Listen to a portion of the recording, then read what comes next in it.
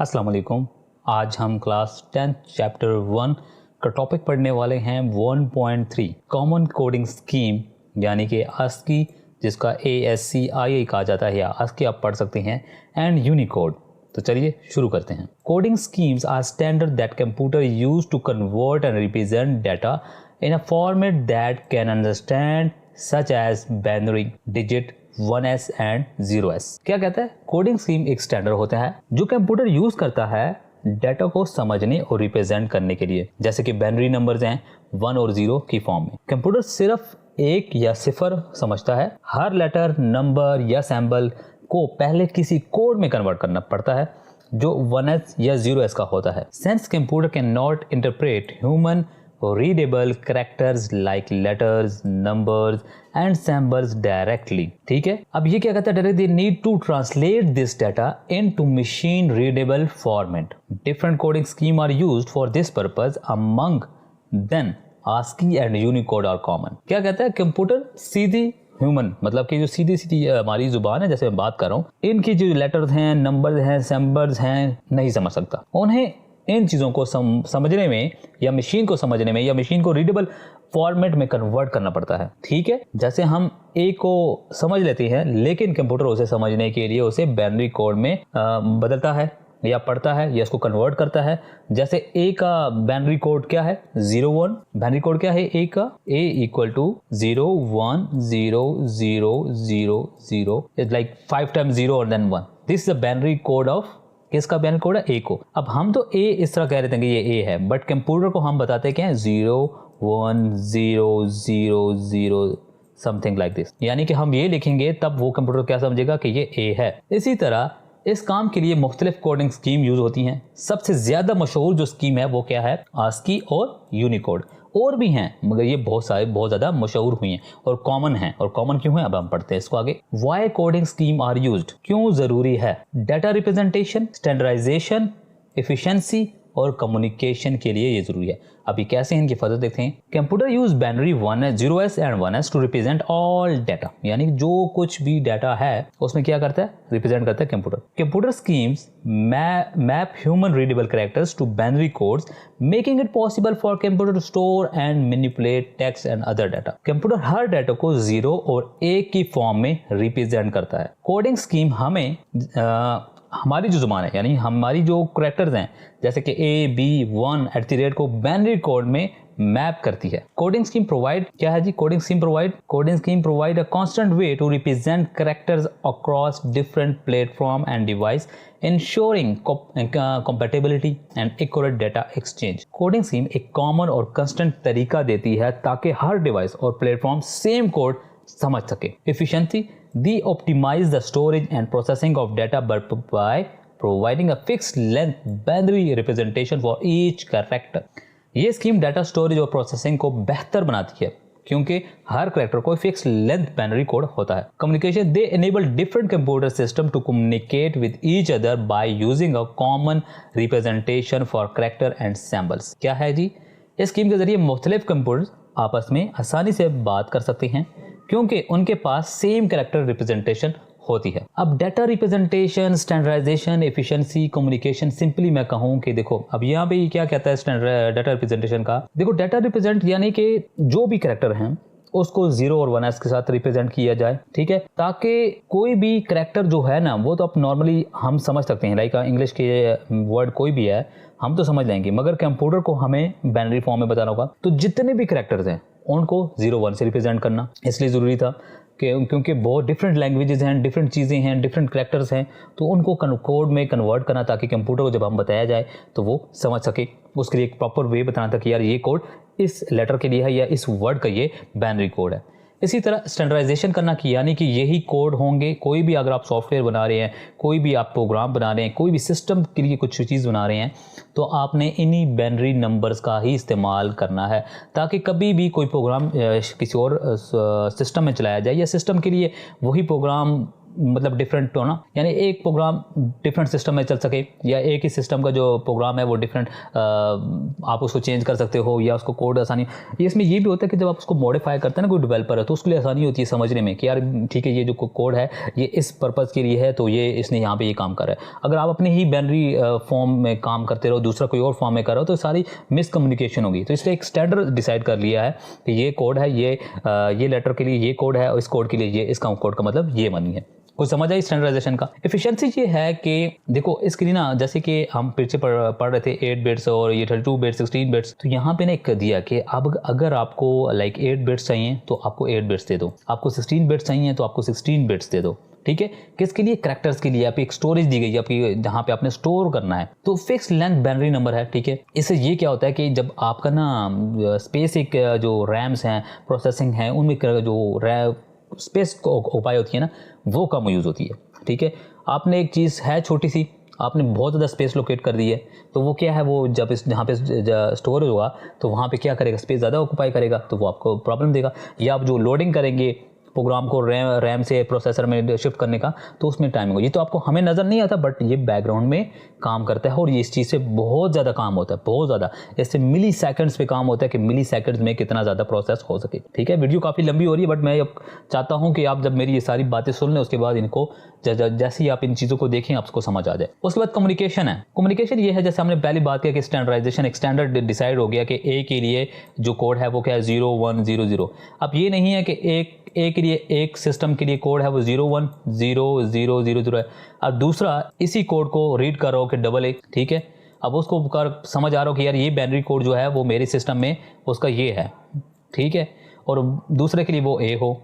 इसलिए जब आपने कोई मैसेज भेजा है ना, वो बाइनरी फॉर्म में जाएगा। ठीक है, कोड ए नहीं जाएगा, इसी लेटर्स में नहीं जाता, कोड में नहीं जाता, बाइनरी फॉर्म में जाता है। जब वो डिक्रिप्ट होता है या इनक्रिप्ट होता है, ठीक है, जो प्रोसेस होता है सारा ना, तो उसमें यह है कि वो कोड वो ना हो, चेंज ना हो, जो चीज़ बात लिखी है, जो बात है वही हो, मिसकम्युनिकेशन ना हो। तो ये भी जो है ना, इस पे इसकी वजह है कि इसको एक स्टैंडर्ड दिया गया, इसकी ज़रूरत पड़ी हमें। यहाँ तक क्लियर है। आगे बढ़ते हैं ASCII कोडिंग स्कीम। अब ASCII के बारे में क्या कहता है? ASCII stand for American standard code for information interchange. It is a standard data coding scheme in computer. It assigns standard numeric values to alphabets, numerals, punctuation के punctuation marks and other characters used in computer. ASCII का full form क्या है? American standard code for information interchange. ये एक standard coding scheme है जो computers में data को रिप्रेजेंट करने के लिए यूज होती है। ये स्कीम हर लेटर, नंबर्स और मार्क्स, यानी कि कोई भी सिंबल है ना, कोई जैसे कि @ हो गया, ठीक है, एक्सक्लेमेशन मार्क हो गया, डॉट हो गया, कॉमा हो गया, ठीक है, ये जो सारे मार्क्स है ना, या कोई न्यूमेरिक वैल्यू है। आपको पता होगा, हम पिछले पढ़ते आ रहे हैं कि 13 का न्यूमेरिक वैल्यू क्या है, 1 का न्यूमेरिक वैल्यू क्या है, ए का न्यूमेरिकल वैल्यू क्या है, इस तरह से। जैसे कि ए का क्या है 65, बी का क्या है 66, ए का क्या है 97, ये क्या कोड्स हैं। ठीक है, और 1 का 49। स्पेस का क्या होता है? अब 32 लिखा है तो सिस्टम इसको क्या रीड करेगा कि ये भाई स्पेस देनी है मैंने, यहाँ पे ये स्पेस है। अब नॉर्मली तो हम उसको कहते हैं कि ये स्पेस दो, मगर हम उसको 32 में लिखेंगे तब उसको वो होगा, यानी 32 को हम बाइनरी फॉर्म में कन्वर्ट करेंगे। आई बात समझ यहाँ तक? Before ASCII was developed, different makes and models of computers could not communicate with one another. Each computer manufacturer represent alphabets, numericals and other character in its own way. अब ये क्या कहता है? ये वही बात कर रहा है जो हमने ऊपर स्टैंडर्डाइजेशन और कम्युनिकेशन में पढ़ा था। ठीक है, यानी कि ASCII बनने से पहले हर कंप्यूटर को अपना एक तरीका होता था कैरेक्टर को समझने के लिए। इसी वजह से एक कंप्यूटर दूसरे के साथ कम्युनिकेशन नहीं कर पाता था। हर कंप्यूटर मैन्युफैक्चरर अपने अल्फाबेट्स और नंबर्स को अलग तरीके से रिप्रेजेंट करता था। On June 17, 1963, ASCII was approved as an American standard code. However, it did not gain wide acceptance because IBM chose to use EBCDI, ठीक है, extend binary coded decimal interchange. यानी कि 17 जून 1963 को ASCII को ऑफिशियल स्टैंडर्ड डिक्लेयर किया गया कि ये भाई ASCII जो है वो अब जो भी सिस्टम बनाएगा उसी पे काम करेगा, इसी जो हमारी ये स्कीम है या जो कोडिंग हमने स्टैंडर्ड डिसाइड कर लिया इस पे काम करेगा। मगर क्या हुआ, उस वक्त जो IBM था उसने इसको नहीं माना। क्यों? वो अपना ही एक कोडिंग स्कीम पे काम कर रहा था जिसको IBCDI से कहते हैं, इसका क्या बनता है, extend binary coded decimal interchange कहा जाता है, ठीक है जी। इन इट्स कंप्यूटर्स, ठीक है, वो अपने क्या कहते हैं कंप्यूटर में इस्तेमाल करता था। Initially ASCII use 7 bits code for various combination of 0s and 1s to represent 128 different characters. 2 की power 7, 128. ASCII 7 could not be able to represent newly developed characters, so it underwent further development and revision and ASCII 8 was developed. यानी कि जब initially ना जब ASCII आया था, ठीक है, जब इसको स्टैंडर्ड कह दिया था कि स्टैंडर्ड इस पे काम करना है, उसमें सिर्फ 128 कैरेक्टर्स थे जिनको वो उन्होंने कन्वर्ट किया था, या उसमें बताए थे कि ये जो 128 कैरेक्टर्स हैं ना, इनका बाइनरी फॉर्म्स ये हैं, ठीक है, समझ आई बात। अब उसमें ना 128 कैरेक्टर्स में हर लैंग्वेज, हर जुबान, हर कैरेक्टर कवर नहीं हो रहा था। तो उसके बाद फिर ASCII 8 आया, यानी कि फर्दर डेवलपमेंट की गई और उसको रिवाइज किया गया और ASCII 8 आया जिसमें और कैरेक्टर ज़्यादा मतलब कन्वर्ट हुए या रिप्रेजेंट हुए, ठीक है। अब आप पढ़ते हैं ASCII 8 क्या है। Extend ASCII code, ASCII 8-bit code. ASCII was extended to an 8-bit code that can represent 2 की power 8 equal to 256 different characters. ASCII 8 become popular in 1981. वो 1963 में हमारे पास ASCII 7 आया था। When it was used first time in IBM personal computer यानी कि PC, and soon it become industry standard for personal computers. ASCII को upgrade करके 8-बिट code बनाया गया जिसमें 256 कैरेक्टर, यानी कि 7 में हमारे पास कितने थे, 128 कैरेक्टर थे, इसमें कितने कैरेक्टर्स आ गए, 256 कैरेक्टर आ गए, ठीक है। याद रखना कि ASCII 7 में कितने कैरेक्टर्स थे और ASCII 8 में कितने कैरेक्टर्स थे। और 1981 में IBM का पर्सनल कंप्यूटर में यूज होना शुरू हुआ और फिर इंडस्ट्री के स्टैंडर्ड बन गया। IBM उस वक्त कंप्यूटर बनाता था, डेवलप करता था, ठीक है। Many Windows system use an 8-बिट ASCII encoding and this Microsoft specific encoding is known as ANSI, कह सकते हो, या ANSI कोड। अब ये क्या कहता है, विंडोज सिस्टम में 8 बिट्स ASCII यूज होता था विंडोज सिस्टम में, याद है ना, विंडोज सिस्टम जिसमें हम अभी यूज कर रहे हैं इसको, जो माइक्रोसॉफ्ट के वर्जन में ANSI कोड कहते हैं।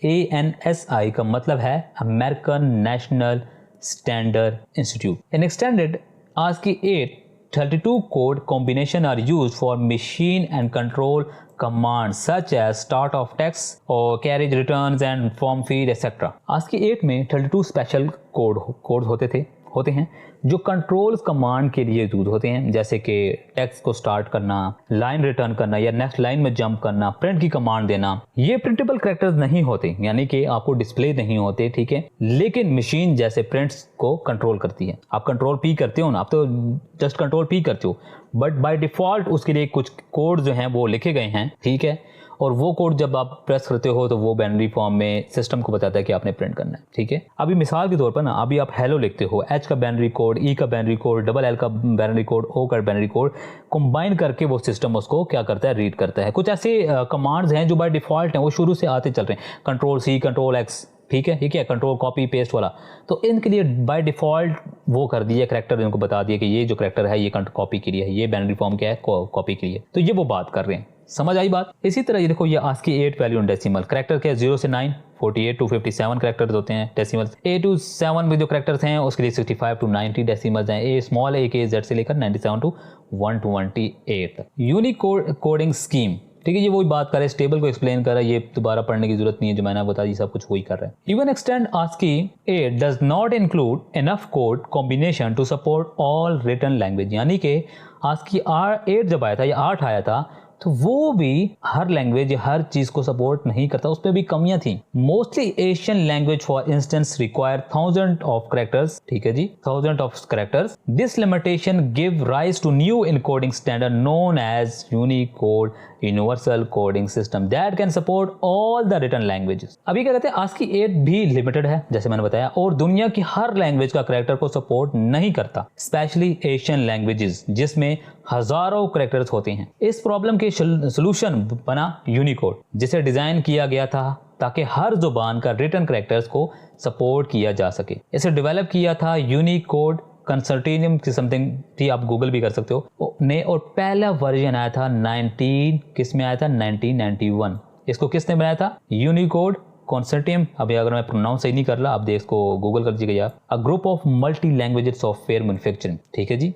The first version of Unicode was introduce in 1991। ये बात याद रखिएगा, ठीक है। पहला कौन आया था, फिर दूसरा कौन सा आया, और दूसरा फिर क्यों नहीं एक्सेप्टेबल हुआ, यूनिकोड क्यों आया, ठीक है। ये चीज़ें याद रखिएगा, आपके एमसीक्यूज और आपके क्वेश्चंस के लिए ज़रूरी हैं। जब आपसे आस्की कोड्स के बारे में पूछा जाएगा तो आप उसके अंदर ये लिखोगे चीज़ें सारी, ठीक है, कि पहले कौन सी आया था, फिर उसके करैक्टर्स कितने हैं, और फिर आस्की 8 आया, फिर उसके कितने करैक्टर्स थे, और वो क्यों नहीं एक्सेप्टेबल हुआ, ये सारी चीज़ें ना, क्योंकि जब आप ये सारी चीज़ें लिखोगे तब ही उसका आंसर बनेगा। Unicode is an international character encoding system design to facilitate the electronic exchange, processing and display of written text from device modern and classical languages. Unicode एक इंटरनेशनल कोडिंग सिस्टम है जो रिटन टेक्स्ट को exchange, process और display करने में help करता है, specially in different languages, emojis and symbols, ठीक है जी, यहां तक समझ आई बात। The Unicode standard encompass letter, digit, ascents, punctuation marks, technical symbols for the world major written language as well as emojis and other symbols, all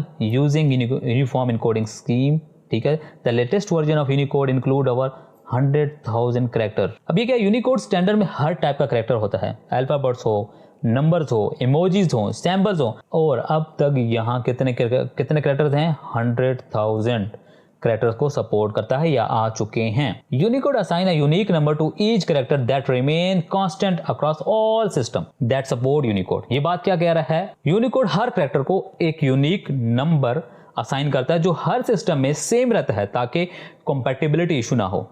ये जो हमने वो उसके पढ़े थे ना, 4 थे, स्टैंडर्डाइजेशन, कम्युनिकेशन, एफिशिएंसी, रिप्रेजेंटेशन, ये वो बात करके Unicode assign unique number two each character that remain constant across all system that support Unicode. कोई भी सिस्टम हो जो यूनिकोड को सपोर्ट करता है, उसमें यूनिकोड ने जो कैरेक्टर डिसाइड कर दिया कि इस कैरेक्टर का ये बाइनरी कोड है, तो वो वही होगा, वही उसी पे एक्सेप्टेबल होगा, और वो क्या सारे यूनिकोड उसको वही रीड करेंगे, ठीक है। Unicode define multiply encodings of its single character set, UTF-7, UTF-8, UTF-16, UTF-32. UTF stand for Unicode Transformation Format. Conversion of data among these encoding is lossless, means do not lose the quality. Unicode was originally a 2-byte 16 bits character set. Unicode version 3, however, is a 4-byte 32-bit code and is fully compatible with ASCII. These all support encoding the same set of character. Table 4, Nexter 4 show a part of Unicode character. अब ये क्या कहता है, Unicode के character set को multiple formats होते हैं, जैसे कि ये लिखे हुए हैं UTF-7, 16, ठीक है, और इसको मतलब क्या है, stand of Unicode transformation format. In formats के दरमियान डेटा कन्वर्जेशन लूज लेस होती हैं, यानी क्वालिटी लूज नहीं होती। यूनिकोड ओरिजिनली 2 बाइट्स यानी कि 16 बिट्स में होता है। यूनिकोड वर्जन 3 में 4 बाइट यानी कि 32 बिट का कोड यूज होता है, और ये पुराने आस्की के साथ ही भी कंपैटिबल होता है। यहां तक बात समझ आई। सिंपली है कि आपको ना आस्की कोड के बारे में बताया गया कि जो बाइनरी फॉर्म्स है ना, जो आप इससे पहले आप बाइनरी कन्वर्जेशन पढ़े थे कि नंबर्स को कैसे बाइनरी फॉर्म में करते हैं, अब ये उस चीज़ को है कि बाइनरी फॉर्म आया कैसे था, और ये क्यों ज़रूरत पड़ी थी, और ये कैसे हुआ था, ये सारी चीज़ें, आस्की कोडिंग स्कीम क्यों आई थी, ठीक है, और फिर जो आस्की 7 आया, आस्की 8 आया, फिर यूनिकोड आया, और यूनिकोड कब आया, ठीक है, उसके अंदर फिर क्या फर्दर आया, तो ये सारी चीज़ें लिखी हुई हैं। इससे पहले हम पढ़ रहे थे कि बाइनरी फॉर्म में, उस वक्त शायद आपको समझ नहीं हो कि हम इस 13 को बाइनरी फॉर्म में क्यों कन्वर्ट कर रहे हैं, तो अब आपको समझ आई होगी अच्छी तरीके से कि बाइनरी फॉर्म में हम क्यों कन्वर्ट करना चाहते थे या क्यों जरूरी था। वो सिर्फ आपको था कि अगर आपसे पूछा जाए 13 का बाइनरी फॉर्म क्या है, तो आपको यार ये बाइनरी फॉर्म तो है, बट इसका यूज़ कहाँ है, तो यूज़ यहाँ पे है कि सिस्टम में जब आप डेवलप करते हो, ठीक है, सिस्टम को जब चीज़ें समझाते हो तो बाइनरी फॉर्म में समझाते हो। तो उसके लिए क्या होता है, जब आपके पास अगर आपने देखो एक सॉफ्टवेयर बना लिया है, अब ये तो नहीं है कि कोई और सिस्टम है तो उसके लिए फिर आप दूसरा सॉफ्टवेयर बनाओगे, इसीलिए सिस्टम कोई भी हो, आपका प्रोग्राम उस पर चलता रहे। उसकी वजह क्या है कि आप जिस कोड्स में लिख रहे हो वो कोड्स स्टैंडर्ड्स हो गए हैं, वो कोड्स वो सिस्टम उसको रीडेबल कर सकता है, समझ सकता है, और उसको कन्वर्ट कर सकता है, उसको ट्रांसलेट कर सकता है। अगर वो सिस्टम किसी और का स्कीम पे काम कर रहा है तो उसको ट्रांसलेट नहीं कर पाएगा। इसलिए ये हमें क्या थी, एक स्टैंडर्ड की ज़रूरत थी। फिर उसके बाद आस्की आया, ठीक है, अमेरिकन स्टैंडर्ड, ठीक है, उसके बाद फिर क्या आया, 7, 8 आया, फिर यूनिकोड आए, और वो क्यों आए उसकी वजह भी आप यहाँ पे लिखी हुई है। यहाँ तक कोई कन्फ्यूजन हो, क्योंकि चैप्टर टॉपिक काफ़ी लेंथी हो गया है, उम्मीद है कि आप उसको फुल देखेंगे, और कोई कन्फ्यूजन होगी तो कहाँ पे बताना होगा, कमेंट से पूछ सकते हो, बता सकते हो, या फिर व्हाट्सएप ग्रुप ज्वाइन कर सकते हो। वहाँ पे अगर कोई डाउट्स हैं, कुछ रह गई हैं चीज़ें, तो वहाँ पे बता सकते हो, हम उसको इम्प्रूव करेंगे और आपको बताने की कोशिश करेंगे। Thank you.